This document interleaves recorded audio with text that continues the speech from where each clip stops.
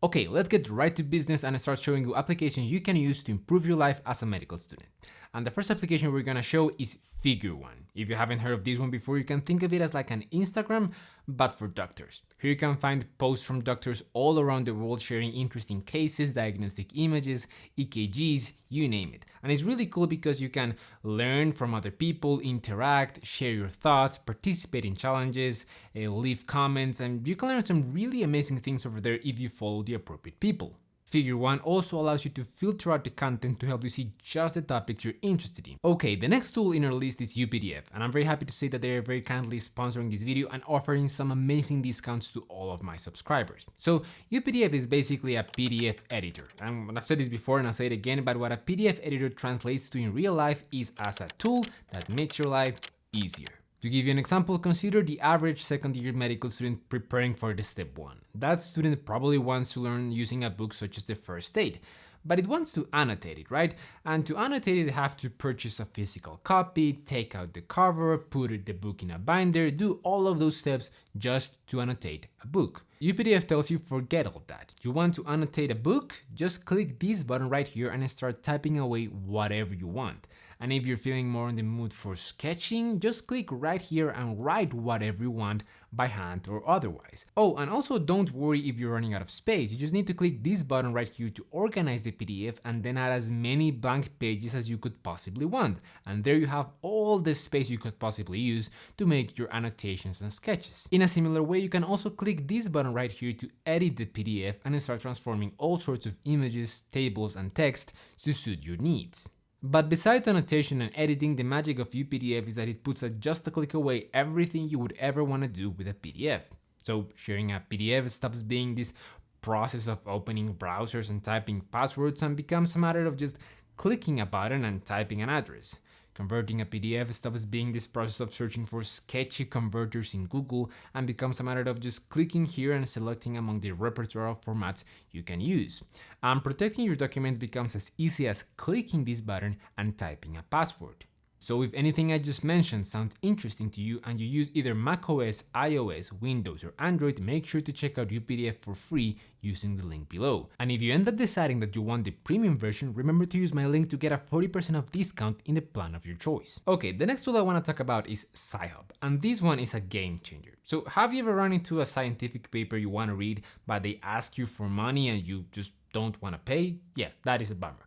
Good news is that all you need to do now is just copy the digital identifier, the one that's called DOI, and paste it in Sci-Hub, and then you have a 90% chance that you get the paper for free.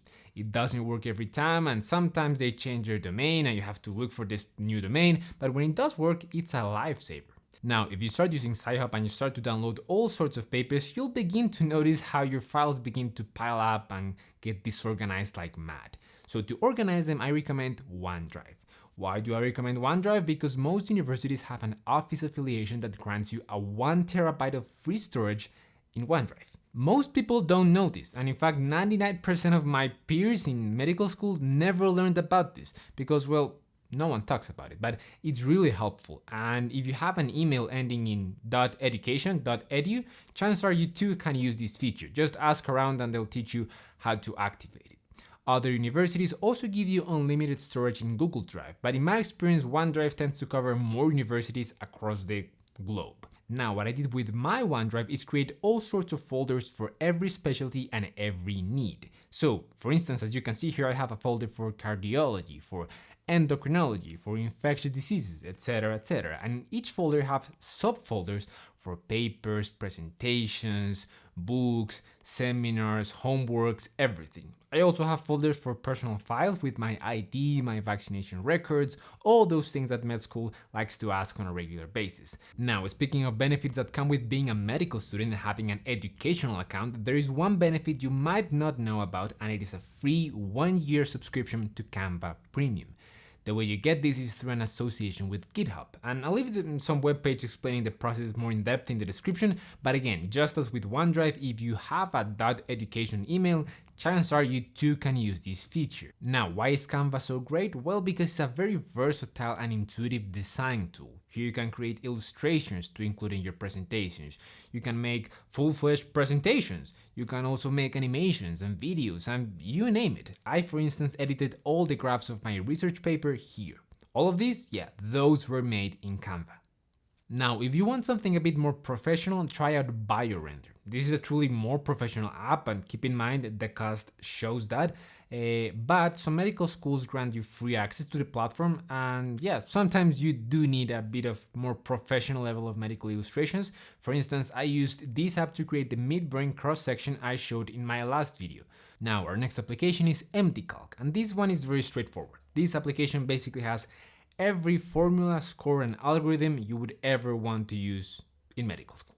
Here you can do stuff like calculate the probability that someone has a pulmonary embolism, the risk that someone is having a heart attack, the way to correct the patient's calcium based on its albumin, a bunch of stuff you'll use in your rotations. Here, MDCalc does everything for you. Now, our next application in the list is Medscape, and this one, I don't even know how to describe it. It's like a huge medical database of everything. It has mini review articles of most diseases. It has a newsletter with posts detailing the latest trials and medical conferences around the world, but it also has clinical cases and challenges and EKG cases, and I think it even has a podcast. I mean, you can find a bit of everything here, really. Personally, the thing I liked the most were the mini reviews. Those were really helpful when I was in my preclinical years to kind of get a sense of every disease without losing too much time reading it. And also the challenges, those were amazing, especially the EKG ones. Those are really tough. I wouldn't recommend starting with those, but once you do have a bit of a grasp of EKGs, these ones give you really the mastery of EKGs. Oh, and in case you're wondering, most if not all the content on Medscape is completely free. All you need to do is create an account, and that's pretty much it. Now, our next tool is actually a web page, and it's called Life in the Fast Lane, and this page specializes in teaching you how to become a master in reading EKGs. It has a huge library on everything you would ever want to know, and also a bunch of cases for you to practice. It's really, really, really good. On a similar vein, we have Radiopedia, which is like Life in the Fast Lane, but for radiology. Here you can find articles, mnemonics, clinical cases, seminars, pretty much whatever you want about radiology. And I've probably learned most of what I know about the topic from here. So yeah, pretty amazing tool. Okay, our next application is QXread, and this is a fantastic application to stay updated on the latest and most popular research going around the medical community. It's probably not a tool you can really take advantage on until after you have a good clinical grasp, but once you do, it's an amazing tool to stay updated and move along with the medical community. Another amazing tool is UpToDate, but I believe that this is very mainstream now, so I will not go over all the details, but yeah, this is a really great application to stay updated and in general to learn medicine.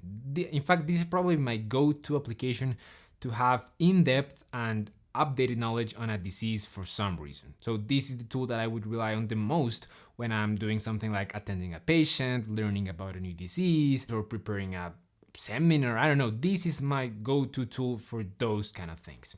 Okay, and finally there is Anki and all the other amazing tools that students typically use to study for exams and boards. And they are fantastic, but I have other videos explaining them more in depth. So I would suggest you watch one of those videos in case you're interested. But for now, that was all for this video. Thanks for tuning in. I'll see you in the next one.